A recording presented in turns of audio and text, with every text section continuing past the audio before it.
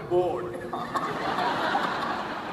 I sent him an email and I said, Satya, there's never been a CEO of a really major company come to the Technical Executive Forum. And so I want you to spend October 9th in Phoenix, one whole day. And I said, you know, if you do this, Satya, you're going to enable your recruiters to recruit women at all stages because you'll be the first CEO to do it.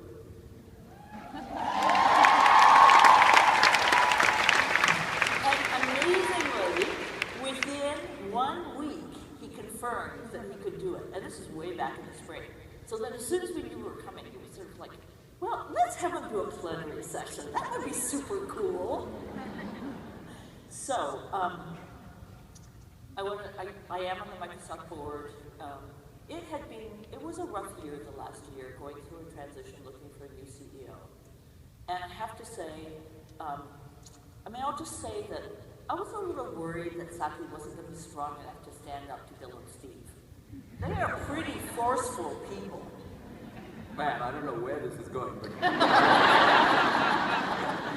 And I just want to tell you, I adore this guy. I mean, he's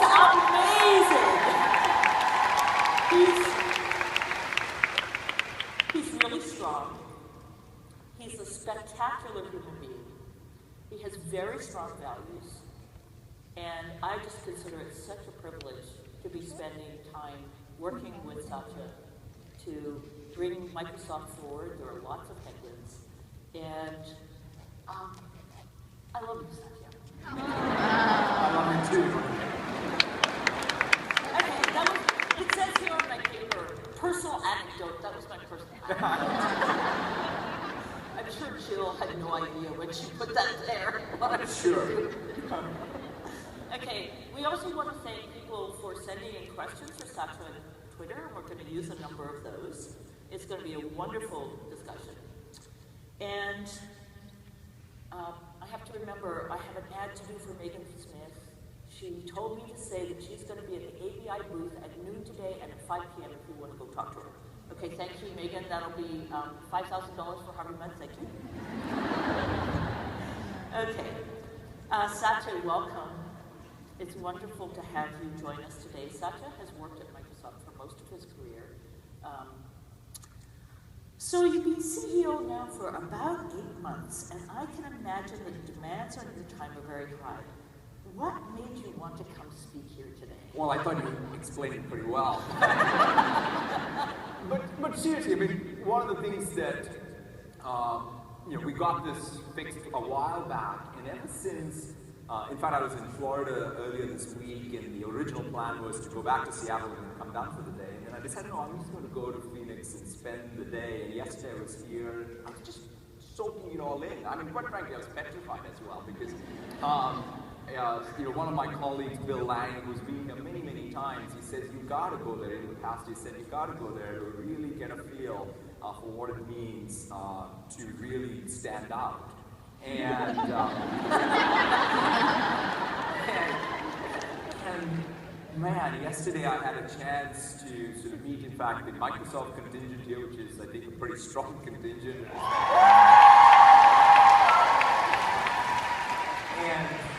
And then just soak it all in. It's the energy of the place. I mean, the fact that this conference doubled in 1 year, it was just amazing. I'm glad I did that. I'm glad you did too. We're glad that he did that. So, I want to ask about your worldview of technology and the strategic direction for Microsoft. And, this is something you put, this is what wakes them up every night in the middle of the night. This audience is filled with brilliant women from around the globe, 67 countries, who are passionate about technology. Can you spend a few minutes sharing your perspective from where technology is headed and what trends do you see shaping the future? Yeah, I mean, this is perhaps the best time for all of us in this room to amplify. I mean, we join technology with the notion that we're going to have huge world-changing impact. But that impact And the ability to amplify that impact is just amazing right now. If you look at every business, every walk of life, every economy is driven by technology, in particular the most malleable of the resources, which is software. Then being in the software field gives us that leverage to truly touch all of those lives, touch all of those economies. The paradigm, of course, is what I broadly describe as this mobile first, cloud first. And for me, it's not about the mobility of a single device. It's the mobility of the human experience. It is the mobility of the individual. From all the compute that's there in the sensors to the devices you have, the large screens, the PCs on your desk, all of this compute power comes together to serve you as you move around at your home, at work, and all that richness also has intelligence, especially this ambient notion of intelligence, because it reasons about you, reasons about the context, and that's all coming together because of the cloud. That's the rich canvas we get to paint.